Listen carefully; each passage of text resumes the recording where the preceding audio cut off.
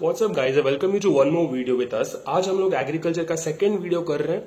अगर आपने इसके पहले का वीडियो नहीं देखा है तो आपको वो डिस्क्रिप्शन में मिल जाएगा या पिन कमेंट में आपको उसका लिंक मिल जाएगा। Please go and watch that video first and then come on to this video. Right, आज का जो हमारा लेक्चर है इसमें हमारा एजेंडा रहेगा दो चीजें कवर करना। First of all we are going to look at the different types in which agriculture is practised in our country, मतलब हम टाइप्स ऑफ फार्मिंग के बारे में जानेंगे। उसके बाद we are going to look at how eventually over a period of time we have changed our methods of farming. आज के जमाने में, मॉडर्न जमाने में फार्मिंग करने के कौन से नए तरीके हैं उसको भी हम लोग स्टडी करेंगे। Now let's get straight to the topic which is types of farming. उसमें हम लोग फर्स्ट कैटेगरी जो पढ़ने वाले हैं that is talking about shifting और झूम कल्टीवेशन। अभी शिफ्टिंग या झूम कल्टीवेशन एक बहुत ही पुराना और वेस्टफुल तरीका ऑफ फार्मिंग हुआ करता था। Why do I say that this is a wasteful technique of farming? Because यहाँ पे ना हम लोग सबसे पहले क्या करते हैं, we look at a forest area. उस फॉरेस्ट एरिया को हम पूरी तरीके से डिफॉरेस्ट कर देते हैं। हम लोग उसको काट देते हैं, ट्रीज वगैरह काट देते हैं। ट्रीज काटने के बाद वो सारे ट्रीज को जला दिया जाता है। ट्रीज को जलाने की वजह से क्या होगा ना, natural fertility of the soil है वो इंक्रीज हो जाएगी।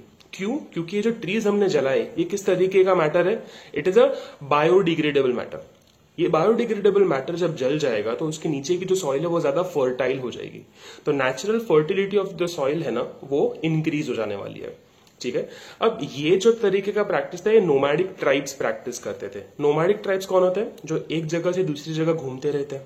राइट, अब ये लोग क्या करेंगे, इस पर्टिकुलर फील्ड को जो उन लोगों ने रेडी किया है फॉरेस्ट को काट के, यहाँ पे वो लोग अपने कंजम्पशन नीड्स के लिए फूड ग्रेन्स ग्रो करेंगे, जैसे सीरियल्स, वेजिटेबल्स वगैरह ग्रो करेंगे। 2-3 साल तक जब तक उस सॉइल की नेचुरल फर्टिलिटी वहां पे क्रॉप्स सपोर्ट करती है तब तक वो लोग वहां पे रहेंगे, उस लैंड को यूज करेंगे। बट जैसे जैसे उनको लगता है कि इस जमीन से प्रोडक्शन कम होने लगा है या उनकी रिक्वायरमेंट्स फुलफिल नहीं हो रहे, तो वो उस जगह को अबैंडन कर देंगे, कोई और जगह ढूंढेंगे और वहां पे ये सेम प्रोसेस वापस फॉलो करेंगे। अब इस चीज में होता ही है दैट हम लोग पहले तो फॉरेस्ट कवर मिटा रहे हैं और दूसरा नेचुरल फर्टिलिटी ऑफ सॉइल को एग्जॉस्ट कर रहे हैं। ये पूरा प्रोसेस हो जाने के बाद जो जमीन बच जाती है ना वो पूरी तरीके से एक वेस्ट जमीन बच जाती है। So as a result of this ये झूम कल्टीवेशन जो है वो बहुत ही बुरा तरीका है फार्मिंग करने का। ऑलराइट, ये बहुत प्रिडोमिनेंटली हुआ करता था। अब लोग थोड़े समझदार बन गए, लोगों को समझ में आता है कि किस तरीके से फार्मिंग करना चाहिए। बट फिर भी कुछ कुछ ट्राइबल एरियाज में इंडिया के अंदर आज दिन तक भी ये सिस्टम फॉलो किया जाता है। Right, now after jhum cultivation we are going to look at 2 types of farming जो एक दूसरे से थोड़े रिलेटेड है। इस वजह से मैंने उसको एक ही स्लाइड पे रखा हुआ है। Now these two types of farming is dry farming and wet farming. अब जब भी ड्राई एंड वेट की बात करते हैं तो हमें सीधा दिमाग में क्या सेट कर लेना है, पानी के बेसिस पे हम लोगों ने इसको क्लासिफाई किया है। राइट, तो जब हम लोग ड्राई और वेट को डिफ्रेंशिएट करते हैं तो जहां पे बारिश ज्यादा गिरती है वो जगह कैसी होगी, ज्यादा गीली होगी, तो वेट फार्मिंग होगी। तो सेम लॉजिक के हिसाब से ड्राई फार्मिंग उन जगहों पे प्रैक्टिस किया जाता है जहां पे बारिश बहुत कम है या इनएडिक्वेट रेनफॉल है, जबकि वेट फार्मिंग वहां पे होता है जहां पे हैवी रेनफॉल है। अब ड्राई फार्मिंग ये ऐसा इलाका है ना, यहाँ पे बारिश तो गिरती नहीं ही है बट फिर उसके साथ हमारे पास कोई और ऑल्टरनेट सोर्स ऑफ इरिगेशन भी नहीं है। ऐसा हो सकता है कि किस जगह पे शायद बारिश ना गिरती हो बट वहां पे कनाल के थ्रू पानी मिल जाता हो। बट ड्राई फार्मिंग ऐसे जगह पे बारिश तो है ही नहीं, उसके साथ साथ इरिगेशन फैसिलिटी भी उनके पास नहीं है। अब जब उनके पास पानी ही बिल्कुल नहीं है ड्राई एरियाज में, तो वहां पे ज्यादा क्रॉप्स ग्रो कर पाएंगे कि कम ग्रो कर पाएंगे? सीधी सी बात है, किसी भी क्रॉप को पानी ये सबसे एसेंशियल चीज होती है। You can not grow crops without water. So if you have less water with you because of rainfall, because of less irrigation, so as a result of that आप ज्यादा से ज्यादा एक क्रॉप ग्रो कर पाओगे। और ये भी जो आप क्रॉप ग्रो करोगे वो किस तरीके का क्रॉप होगा, एक थोड़ा सा इंफीरियर क्रॉप होगा जो कम रिक्वायरमेंट वाला क्रॉप होगा। सो एज ए रिजल्ट हम लोग ड्राई एरियाज में ज्वार, मिलेट्स, पल्सेस ऐसे टाइप के क्रॉप्स ग्रो करते हैं जिनकी वाटर रिक्वायरमेंट काफी कम हो। अब गुजरात की अगर मैं बात करूं तो हम लोग व्हीट एंड ग्राम ऐसे 2 टाइप के क्रॉप्स ग्रो करते हैं under the process of dry farming. वो भी कब? पोस्ट मॉनसून ह्यूमिड सॉइल में। पोस्ट मॉनसून मतलब क्या, यहाँ पे बारिश वैसे ही कम गिरती है गुजरात में। राइट, तो उसके बाद बारिश जैसे ही खत्म हो गई उसके बाद जो मॉइस्चर सॉइल के अंदर है उसी मॉइस्चर को यूज करके हम लोग व्हीट और ग्राम ये क्रॉप्स ग्रो कर रहे हैं। तो ये बात हो गई हमारी ड्राई फार्मिंग के बारे में। Now let's look at wet farming. Dry farming से एग्जैक्टली ऑपोजिट है वेट फार्मिंग। इन जगहों पे बारिश भी ज्यादा गिरती है, this area receives heavy rainfall heavy rainfall के अलावा साल भर फार्मिंग करने के लिए हमारे पास इरिगेशन फैसिलिटीज भी हैं, हमारे पास वेल्स है, हमारे पास कनाल्स है, हमारे पास ट्यूबवेल्स है जिसके थ्रू पानी हमें मिलता रहता है। As a result of that हम क्या कर सकते हैं, हम लोग साल में मल्टीपल सीजन्स में ग्रो कर सकते हैं। सो हम सिर्फ एक क्रॉप पे डिपेंडेंट नहीं है। जब बारिश गिर रही है तब बारिश के थ्रू हम लोग खरीफ क्रॉप्स ग्रो कर रहे हैं, बट जो हमारे रबी क्रॉप्स और जैद क्रॉप्स है, जो बाकी के जो 2 सीजन है, उसमें हम लोग इरिगेशन के साथ हम लोग क्रॉप्स ग्रो कर पा रहे हैं, राइट।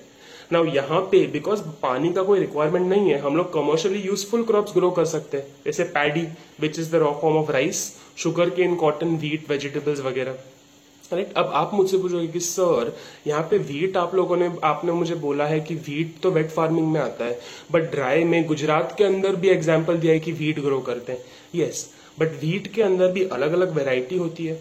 तो हम लोग जब गुजरात में बात करते हैं तो गुजरात में जो भालिया टाइप का व्हीट ग्रो होता है वो थोड़ा सा इंफीरियर कोर्स ग्रेन नेचर का होता है, जबकि जो बाकी एरिया में जो fine quality of wheat grain होती है उसकी पानी रिक्वायरमेंट भी थोड़ी सी ज्यादा होती है। As a result of that वो वेट फार्मिंग में परफॉर्म किया जाता है या ग्रो किया जाता है। ऑलराइट, आई होप ये 2 चीजें आपको समझ में आई। Now we are going to look at the next 2 classification. अब इसको करने का भी, ये जो मैंने 2 साथ में क्लब किए ना, उसको भी आपको एक पर्टिकुलर माइंडसेट से समझना है। सब्सिस्टेंस और कमर्शियल, ये 2 जो शब्द हैं उसका मीनिंग आप पहले समझ लो, उसके बाद ये सारे पॉइंट्स आपके लिए बहुत आसान हो जाएंगे। सब्सिस्टेंस का मीनिंग है खुद का पेट भरने के लिए हम जिस तरीके से फार्मिंग करते हैं, हम जो क्रॉप्स ग्रो करते हैं उसको सब्सिस्टेंस फार्मिंग बोला जाता है। लेकिन अगर हम लोग फार्मिंग इस वजह से कर रहे हैं कि हमें जो फार्म से आउटपुट मिलता है उसको बेचना है मार्केट में जाके और पैसा कमाना है, तो उसको कमर्शियल फार्मिंग बोला जाएगा। ठीक है, तो सब्सिस्टेंस किसके लिए, पेट भरने के लिए, खुद के लिए, फैमिली की रिक्वायरमेंट के लिए, जबकि कमर्शियल फार्मिंग किसके लिए है, मार्केट में जाके सेल करना है, प्रॉफिट कमाना है, उसके लिए। ठीक है, तो अब ये सारी जो चीजें हैं वो हम लोग देख लेते हैं। नॉर्मली सब्सिस्टेंस फार्मिंग वो इंसान परफॉर्म करता है जो बहुत ही गरीब हालत में हो, क्योंकि जो इंसान गरीब हालत में है वो ज्यादातर क्या प्रेफर करेगा, हर एक इंसान की बेसिक रिक्वायरमेंट होती है कि खुद का पेट भर ले। तो सब्सिस्टेंस फार्मिंग नॉर्मली वैसा फार्मर करता है जो जिसकी इकोनॉमिक स्टेटस बहुत पुअर है, जिसके पास बहुत छोटा सा लैंड है, राइट। उसके पास इतने पैसे भी नहीं है कि वो बाहर जाके मॉडर्न इनपुट्स खरीद सके, अच्छे HYV सीड्स खरीद सके, फर्टिलाइजर, इंसेक्टिसाइड खरीद सके, उतने पैसे ही नहीं इसके पास। इस वजह से वो बहुत ही ट्रेडिशनल और पुराने तरीके की फार्मिंग करता है। अब जब पैसे नहीं है, छोटा लैंड होल्डिंग है, तो आपको लगता है कि इसके पास सबमर्सिबल पंप्स या फिर ट्यूबवेल वगैरह होंगी? Definitely not. तो as a result of that ये क्या होता है, सिर्फ और सिर्फ बारिश के ऊपर डिपेंड रहता है, या अगर आसपास कम्युनिटी में कोई पॉन्ड है या वेल है वहां से शायद वो पानी सोर्स कर लेगा, राइट। अब जब इसके पास खुद के पास पैसा नहीं है, इसकी हालत इतनी टाइट है, तो आपको लगता है कि अपने फार्म फील्ड के ऊपर काम करने के लिए ये लेबर ला सकता होगा बाहर से, किसी को पगार दे पाएगा ये? बिल्कुल नहीं। तो ये खुद काम करता है, अपने फैमिली मेंबर्स से काम करवाता है अपने फील्ड के ऊपर, और जो भी उपज आती है, जो आउटपुट आता है, वो खुद के लिए सेल्फ कंजम्पशन के लिए वो लोग यूज करते हैं। अब जब ट्रेडिशनल तरीके से फार्मिंग हो रही है, इरिगेशन इतना एडिक्वेट नहीं है, लैंड भी छोटा सा है, तो जो आउटपुट आएगा वो कैसा आने वाला है, बहुत ज्यादा कम आने वाला है। ये सारे के सारे पॉइंट्स आप लिख लोगे ना, तो आपको डेफिनेटली बता रहा हूं, आपको बिल्कुल दिक्कत नहीं होगी। आपके टेक्स्ट बुक में सब कुछ पैराग्राफ फॉर्म में दिया होता है, दिमाग का दही हो जाता है, बट कभी याद नहीं होता। इस तरीके से याद करोगे, गारंटी देता हूं याद हो जाएगा। कुछ एक्स्ट्रा पॉइंट्स हैं, कुछ एक्स्ट्रा पॉइंट्स मैंने लिखे जो आपके टेक्स्ट बुक में नहीं है, बट गलत नहीं है, आपको इसके मार्क्स मिलेंगे डेफिनेटली। ठीक है, now let's look eight intensive farming या कमर्शियल फार्मिंग। अब ये इंटेंसिव फार्मिंग या कमर्शियल फार्मिंग है, हमने पहले भी अभी थोड़ी देर पहले डिस्कस किया कि किसके लिए किया जाता है, रोकड़े के लिए, पैसा कमाने के लिए, प्रॉफिट के लिए किया जाता है। अब जब भी आपको कोई बिजनेस भी करना है, फिर कोई चीज प्रॉफिट करने के लिए करनी है, तो आपको उसमें पैसा भी डालना पड़ेगा, राइट। तो as a result of this commercial farming कौन प्रैक्टिस कर सकता है, जो ऑलरेडी एक रिच फार्मर है, जो प्रॉस्परस फार्मर है, जिसके पास बहुत ज्यादा बड़ी जमीन है। क्योंकि बिजनेस करोगे तो छोटा बिजनेस नहीं करोगे, आप करोगे तो बड़ा करोगे, तो आपके पास लैंड लार्ज होना जरूरी है। So you have a large land holding, you have the economic power, तो आपके पास पैसा है, आपके पास जमीन है। So as a result of that आप फार्मिंग भी किस तरीके से करोगे, मॉडर्न टाइप की फार्मिंग करोगे, सबसे बेस्ट वैरायटी ऑफ सीड्स लेके आओगे, फर्टिलाइजर्स एंड पेस्टिसाइड्स का यूज करके मैक्सिमम आउटपुट जनरेट करने की कोशिश करोगे, पानी की कभी भी कमी नहीं होने दोगे, आप सारा मॉडर्न इरिगेशन टेक्निक लाओगे, सिर्फ मानसून पे डिपेंड नहीं होगे, राइट। ये सारी चीजें करोगे, आपके पास इतना पैसा है कि आप बाहर से लेबर मंगवा सकते हो, you can hire labour to do the work on your field. So as a result जब इतनी सारी चीजें हो रही है, आप इतना फोकस डाल रहे हो, इतना एम्फोसिस डाल रहे हो, बेस्ट क्वालिटी इनपुट्स यूज कर रहे हो, तो आउटपुट भी जो है वो कैसे आने वाला है, ज्यादा आने वाला है। अब आप ऑलरेडी रिच हो, आपकी इकोनॉमिक स्टेटस या आपका खाना पीना इस पे डिपेंड नहीं करता, तो क्या आप इस पे फूड क्रॉप्स ग्रो करोगे कि कैश क्रॉप्स ग्रो करोगे? सीधी सी बात है कैश क्रॉप, क्योंकि कैश क्रॉप का मार्केट में प्राइस ज्यादा मिलता है। आज आप व्हीट राइस ग्रो करना प्रेफर करोगे या फिर कॉटन शुगर केन? सीधी सी बात है कॉटन शुगर केन। कॉटन और शुगर केन को आप फैक्ट्री वालों को बेच सकते हो जो सेकेंडरी सेक्टर में उसको आगे और प्रोसेस करेंगे। सो बिकॉज हमारा यहाँ पे कोर पर्पज या इंटेंशन प्रॉफिट कमाना है, so as a result of that in commercial farming we focus more on cash crops and not so much on food crops. अब बिकॉज हम लोगों ने यहाँ पे मॉडर्न टेक्निक्स यूज किए हैं, यहाँ पे इतना ज्यादा हम लोग एम्फोसिस प्रॉफिट पे डाल रहे हैं, तो यहाँ का आउटपुट जो है, वैल्यू ऑफ आउटपुट जो है वो भी बहुत ज्यादा रहता है। यील्ड ज्यादा है, प्रॉफिट ज्यादा है, आउटपुट ज्यादा है। आई होप ये सारे पॉइंट्स आपको समझ में आ रहे हैं, right? Now if we move further, the next category that we see is called plantation agriculture. अब ये plantation agriculture आपको समझना है, it is an extension, ये commercial farming जैसा ही है, but commercial farming में भी एक खास टाइप का है। क्यों? जब हम लोग commercial agriculture की बात करते हैं तो ये सब किसके लिए परफॉर्म किया जाता है? पैसे के लिए, प्रॉफिट के लिए। बट ये जो टाइप के क्रॉप्स है ना, इनका कमर्शियल वैल्यू बाकी कैश क्रॉप से ज्यादा रहता है। तो if you talk about rubber, tea, coffee, cocoa, coconut, ये सारी चीजें कैसी है? ये स्पेशल क्रॉप्स है जिनका मार्केट वैल्यू बहुत ज्यादा है, बहुत हाई है। तो जब आपके लिए आपका क्रॉप इतना ज्यादा यूजफुल है, जिसकी मार्केट वैल्यू इतनी ज्यादा है, सो बाय डिफॉल्ट आपको उसको बचा के संभाल के रखना पड़ेगा, right? As a result of that, आप जब प्लांटेशन एग्रीकल्चर करते हो, you have to ensure that आपका क्रॉप जो है वो प्रोटेक्टेड रहे, नेचुरल फैक्टर से प्रोटेक्टेड रहे, ह्यूमन फैक्टर से प्रोटेक्टेड रहे, राइट? ये सारी चीजें आप इसको बहुत ज्यादा प्रोटेक्शन देने की जरूरत पड़ जाती है। अगर दूसरी बात करें हम लोग, तो जब हम लोग कॉफी, टी की बात करते हैं, तो यहाँ पे नॉर्मली क्या होता है ना, इन पर्टिकुलर टाइप्स के फार्म पे हम लोग आउटपुट निकालने के बाद उसका प्रोसेसिंग भी तुरंत ही कर देते हैं, राइट? तो अगर हमें आउटपुट निकालने के बाद प्रोसेसिंग भी तुरंत करना है, as a result of that हमें बहुत ज्यादा इन्वेस्टमेंट करना पड़ेगा। इनपुट्स भी बेस्ट क्वालिटी के लाने पड़ेंगे, मशीन्स भी सेटअप करने पड़ेंगे कि जैसे ही आउटपुट निकले हमारा प्रोसेसिंग आसानी से हो जाए, राइट? अपार्ट फ्रॉम दैट, जब भी हम लोग बात करते हैं अबाउट प्लांटेशन एग्रीकल्चर, क्योंकि क्रॉप इतना सेंसिटिव है, क्रॉप इतना जरूरी है, तो हमारा जो लेबर है, हम ऐसा तैसा लेबर नहीं ला सकते, हमें प्रॉपर स्किल्ड लेबर लाना पड़ेगा। और स्किल्ड लेबर ध्यान से वो काम करे, इस वजह से उसका पैसा भी उसको ज्यादा देना पड़ेगा, राइट? मोर ओवर, जो प्लांटेशन एग्रीकल्चर कर रहे हैं कमर्शियली यूजफुल क्रॉप्स है, तो यहाँ पे जहां पे आप फार्मिंग कर रहे हो ना, वहां पे आपके पास ट्रांसपोर्टेशन एंड कम्युनिकेशन की फैसिलिटीज भी होनी चाहिए, क्योंकि ये आउटपुट जो भी आपका बन रहा है, करना क्या है उसका, इवेंचुअली तो सेल करना है मार्केट के अंदर। तो अगर ट्रांसपोर्ट एंड कम्युनिकेशन फैसिलिटीज अच्छी नहीं होंगी तो आप मार्केट में सेल कैसे करोगे, right? So as a result of that, this agriculture is also called an interface of agriculture and industry. जितना भी आउटपुट हमारा बनता है, हम सेल्फ कंजम्पशन के लिए एक भी टुकड़ा नहीं रखते, सीधा का सीधा सारा कहाँ जा रहा है? इंडस्ट्री में जा रहा है, आउटपुट मार्केट में जाके सेल हो रहा है। तो यहाँ पे हमारी सारी चर्चा खत्म होती है about types of farming. Now what we are going to be looking at, we are going to look at the different methods of farming. But farming methods में जो टाइप के मेथड्स हमें टेक्स्ट बुक में दिए, उधर जाने से पहले अपने को देखना पड़ेगा कि अभी जिस तरीके से हम लोग फार्मिंग कर रहे हैं उसमें दिक्कत क्या है, प्रॉब्लम क्या है। हमने देखा कि जब भी हम लोग कमर्शियल फार्मिंग की बात करें, प्लांटेशन फार्मिंग की बात करें, तो हम लोग बहुत ज्यादा आउटपुट बढ़ाने के लिए केमिकल फर्टिलाइजर्स, पेस्टिसाइड्स, इंसेक्टिसाइड्स, इन सारे चीजों के ऊपर डिपेंड होते जा रहे हैं, राइट? जब ये सारे केमिकल्स हम लोग हमारे लैंड में डाल रहे हैं, हमारे सॉइल में डाल रहे हैं, हमारे आउटपुट के ऊपर छिड़क रहे हैं, तो उसका बहुत ज्यादा नेगेटिव इम्पैक्ट हमारे हेल्थ के ऊपर पड़ता है और एनवायरमेंट के ऊपर पड़ता है। नाउ जब ये चीज हो जाती है ना, जैसे इंसान को दवाई एडिक्टेड बना देती है। एक बार आपकी दवाई चालू हो गई, ब्लड प्रेशर की, शुगर की, वो दवाई जिंदगी भर चलती है, कभी खत्म नहीं होती, क्योंकि आपका शरीर उस पर डिपेंडेंट हो जाता है। सेम तरीके से जब आप केमिकल फर्टिलाइजर और पेस्टिसाइड जमीन में डालते हो ना, तो आपका जो जमीन है वो डिपेंडेंट हो जाता है उस फर्टिलाइजर और पेस्टिसाइड के ऊपर। तो अब एक बार आपने उसको पेस्टिसाइड दे दिया ना, उसके बाद वो उस पेस्टिसाइड के बिना नेचुरली उस चीज को ग्रो कर ही नहीं पाएगा। तो बिकॉज आपने इतना फर्टिलाइजर और इंसेक्टिसाइड डाल दिया है अपने फील्ड के ऊपर, आपके लैंड की नेचुरल फर्टिलिटी एंड प्रोडक्टिविटी पूरी तरीके से तबाह हो चुकी है। तो नेचुरल फर्टिलिटी बची नहीं है। अब अगर केमिकल फर्टिलाइजर और पेस्टिसाइड नहीं दोगे तो क्या हो जाएगा, क्रॉप का जो प्रोडक्शन है और क्वालिटी जो है क्रॉप की, वो दोनों ही नीचे गिरने वाला है। It is going to become worse. अब ये हालत ऐसा है ना, आपको इसको अभी के अभी स्टॉप करना है, वरना इससे भी बुरी हालत होने वाली है। ये सारे जो नेगेटिव एस्पेक्ट्स है, जो एग्जिस्टिंग फार्मिंग सिस्टम के नेगेटिव एस्पेक्ट्स, इन सारे नेगेटिव एस्पेक्ट्स को हटाना पड़ेगा, एक नया सिस्टम अडॉप्ट करना पड़ेगा। अभी जो नया सिस्टम अडॉप्ट करना, नया फार्मिंग मेथड अडॉप्ट करना है ना, वो हम लोग अभी आगे पढ़ने वाले हैं, ठीक है। So if we talk about the first method, इसको हम लोग बोल रहे हैं ऑर्गेनिक फार्मिंग। अब ऑर्गेनिक फार्मिंग इस तरीके का फार्मिंग है जहां पे हम लोग ये जो केमिकल्स है जिससे हमें इतना प्रॉब्लम है, हम एक भी केमिकल यूज ही नहीं कर रहे, कंप्लीटली अवॉइड करना है, टच ही नहीं करना है केमिकल, फर्टिलाइजर, पेस्टिसाइड को, राइट। किसी भी केमिकल एलिमेंट को लाने ही नहीं देना। तो आप बोलोगे कि सर अगर हम लोग कोई भी फर्टिलाइजर, पेस्टिसाइड, इंसेक्टिसाइड यूज नहीं कर रहे हैं तो भाई क्रॉप्स के आउटपुट का करना क्या है? आउटपुट गिरने नहीं वाला है।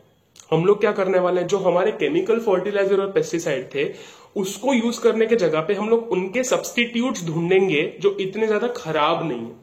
We are going to be looking at natural ways of protecting the crops. अब जो हम लोग केमिकल फर्टिलाइजर यूज कर रहे थे ना, उसके जगह पे हम लोग काउडंग और कॉम्पोजिट फर्टिलाइजर यूज करना शुरू कर देंगे। जो हम लोग केमिकल पेस्टिसाइड यूज कर रहे थे, केमिकल पेस्टिसाइड की जगह पे हम लोग काव यूरिन, नीम सॉल्वेंट्स, बटर मिल्क, ये सारे नेचुरल एलिमेंट्स यूज करना शुरू कर देंगे। अब ये सारे जो एलिमेंट्स है, इन चीजों का हेल्थ के ऊपर या एनवायरमेंट के ऊपर बिल्कुल भी नेगेटिव इंपैक्ट नहीं पड़ता। And as a result this becomes very good, not just for the crops but also for the land and also for human health. समझ आ रही है आपको बात? अब ये जो हम लोग ऑर्गेनिक फार्मिंग करेंगे तो उसके एडवांटेजेस क्या है वो देखते हैं। सबसे पहला, crops are full of nutrition which is minerals and vitamin. अब बिकॉज ये चीज नेचुरली ग्रोइंग प्रोसेस है, हम लोगों ने किसी भी तरीके का केमिकल इसमें ऐड नहीं किया है, तो इसकी जो न्यूट्रिशनल वैल्यू है वो बहुत ज्यादा हाई होगी compare to those crops which are developed और grown with fertilisers and pesticides. Moreover, because कोई भी चीज ऑर्गेनिक है तो उस चीज के अंदर आपको एक जो केमिकल टेस्ट आता है ना आजकल के फ्रूट्स और वेजिटेबल्स में, वो नहीं आएगा।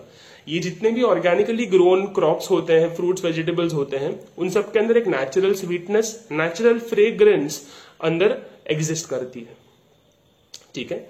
एंड लास्ट चीज, आज आपको पता ही है कि लोग अपने हेल्थ को लेके कितना ज्यादा सीरियस हो गए।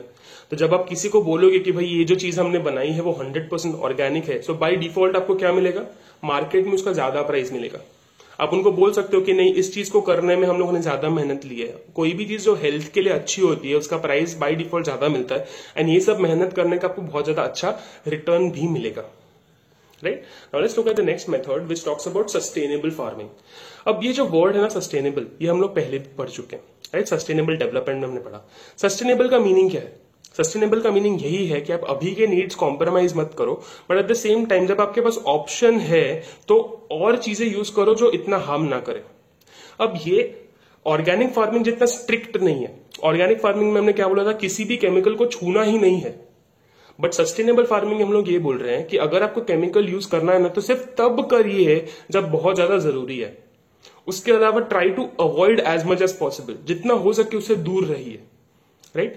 अब अगर ये हम लोग करेंगे तो भाई फर्टिलाइजर और पेस्टिसाइड की जगह पे यूज क्या करना है हमें? फर्टिलाइजर कब हमें जरूरत पड़ती है? जब सॉइल के अंदर जो मिनरल्स है, माइक्रो न्यूट्रिएंट्स है, वो कम पड़ रहे हैं। अगर हम लोग हमारे जो फील्ड है, हमारा जो लैंड है, प्लॉट ऑफ लैंड जहां पे एग्रीकल्चर प्रैक्टिस कर रहे हैं, वहां पे हम लोग क्रॉप रोटेशन प्रैक्टिस करें, तो क्रॉप रोटेशन प्रैक्टिस करने की वजह से होगा क्या?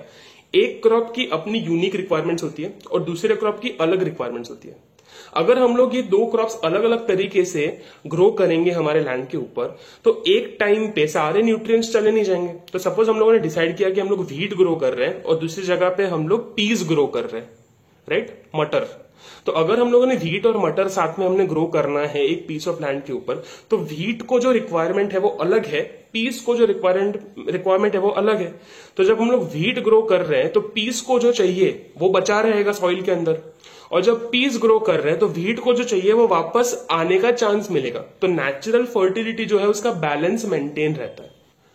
अब जिस तरीके से हम लोगों ने ये देखा कि क्रॉप रोटेशन करने की वजह से फर्टिलाइजर का रिक्वायरमेंट हमारा कम हो जाता है, सेम तरीके से पेस्टिसाइड्स के जगह पे हम लोग यूज करेंगे बायोटिक कंट्रोल्स। अब बायोटिक कंट्रोल का सिंपल मीनिंग यही है कि हम लोग कुछ इंसेक्ट्स वगैरह को रख देंगे हमारे फील्ड के अंदर, और उसके वजह से वही इंसेक्ट्स जो अर्थवॉर्म्स होता है, अर्थवॉर्म को हम लोग फार्मर्स बेस्ट फ्रेंड बोलते हैं, राइट। तो अर्थवॉर्म्स वगैरह क्या करेंगे, वहां पे जो कीड़े वगैरह हैं उनको खा जाएंगे, तो वो क्रॉप को हार्म नहीं करेगा। पेस्टिसाइड का मेन चीज क्या होता है कि जो कीड़े प्लांट को इंपैक्ट करते, क्रॉप को इंपैक्ट करते, वो आए नहीं। तो अगर हम लोगों ने अर्थवॉर्म्स रख दिए हमारे फील्ड के अंदर जो जीते हैं उन कीड़ों के ऊपर, तो अर्थवॉर्म्स वो कीड़े खा जाएंगे और हमारा क्रॉप भी सेफ हो जाएगा। तो हम लोगों ने किया क्या, हम लोगों ने ऐसे ऑल्टरनेटिव्स ढूंढे, ऐसे टेक्निक्स ढूंढी जहां पे हमें फर्टिलाइजर और पेस्टिसाइड की यूज करने की जरूरत ही ना पड़े। अब उसके साथ हम लोग पानी भी यूज करते हैं हमारे फार्मिंग को करने में, तो हमें इस तरीके के इरिगेशन टेक्निक्स अपनाने हैं जो पानी को भी कंजर्व कर सके। तो जब हम लोग स्प्रिंकलर इरिगेशन करेंगे या जब ड्रिप इरिगेशन करेंगे तो पानी का वेस्टेज कम होगा। As a result of this, कम फर्टिलाइजर, कम पेस्टिसाइड, कम पानी makes this entire farming very very sustainable. Now let's come to the last category which is mixed farming। अब ये जो चीज है ना, ये आपको समझना है एज ए टेक्निक। जब भी हम लोग हमारे कन्वेंशनल चीजों को चेंज करते हैं, चेंज बहुत प्रॉब्लम कर रहा है, बहुत तकलीफ क्रिएट करता है। आप पहले बाहर बिंदास घूम सकते थे, अभी लॉकडाउन की वजह से घर में बैठना पड़ रहा है, तकलीफ हो रही है ना। हर एक चीज जो जब भी चेंज आता है तकलीफ होती है। तो जब हम लोग फार्मर्स को बोलेंगे कि भाई आप ऑर्गेनिक फार्मिंग अपनाओ या आप सस्टेनेबल फार्मिंग करो, तो उन लोगों को लगेगा कि भाई अभी जो हम लोग केमिकल पेस्टिसाइड्स और फर्टिलाइजर्स को यूज कर रहे हैं उसके चलते हमारी इनकम तो इतनी अच्छी है, हमें क्या फर्क पड़ता है कि एनवायरमेंट में क्या हो रहा है। बट लॉन्ग टर्म में हमें ये चीज समझनी पड़ेगी कि हमें एनवायरमेंट को भी सोच के चलना पड़ेगा। तो अब हम लोग क्या कर रहे हैं कि जब हम लोग क्लीन फार्मिंग मेथड्स अपनाते हैं, like organic farming, like sustainable farming, तो उसकी वजह से आपको कुछ ना कुछ लॉस ऑफ अर्निंग होता है। तो लॉस ऑफ अर्निंग को कॉम्पनसेट करने के लिए आप एग्रीकल्चर को सपोर्ट करने के लिए और अलाइड एक्टिविटीज करो, जैसे कैटल रेयरिंग करो, आप गाय भैंस बकरी पालो, राइट, उनका जो दूध निकलता है उसको डेयरी फार्मिंग में सप्लाई करो। आप पोल्ट्री कर सकते हो, जो भी आपके चिकन होते हैं उनको आप हैच करो, उनके एग्स मिलेंगे आपको, तो उनका मीट का सेल कर सकते हो, एग्स सेल कर सकते हो। आप सेरिकल्चर प्रैक्टिस कर सकते हो, जहां पे आप सिल्क वॉर्म्स को ग्रो कर रहे हो, उसकी भी मार्केट वैल्यू बहुत ज्यादा अच्छी है। या फिर आप फिशरीज प्रैक्टिस कर सकते हो। टेक्निकल बात यह है कि हम लोग ये सारे अदर ऑल्टरनेटिव फार्मर्स को प्रोवाइड करेंगे जिसके थ्रू वो उनकी इनकम को इन्फ्लेट कर दे। जब उनकी इनकम बढ़ जाएगी ना, तो बाय डिफॉल्ट वो लोग क्लीन फार्मिंग मेथड्स को अडॉप्ट करने में हिचकिचाएंगे नहीं। ठीक है, आई होप आपको सारे पॉइंट समझ में आ रहे हो। इस वीडियो के लिए हम लोग इतना ही रखेंगे। अगले वीडियो में we are going to be looking at agricultural seasons. हम लोग किस तरीके से हमारे कंट्री में जितने भी क्रॉप्स ग्रो हो रहे हैं उसको डिवाइड करते हैं, एज वेल एज हम लोग टाइम बचेगा तो राइस एंड व्हीट के बारे में थोड़ी सी चर्चा करेंगे। तो that's going to be all for this video. If you like this video, do give it a thumbs up. हमारे चैनल को सब्सक्राइब कर लो एंड कीप वॉचिंग अस। हम लोग अच्छा कंटेंट आपके लिए लेके आते रहेंगे। Right, thank you.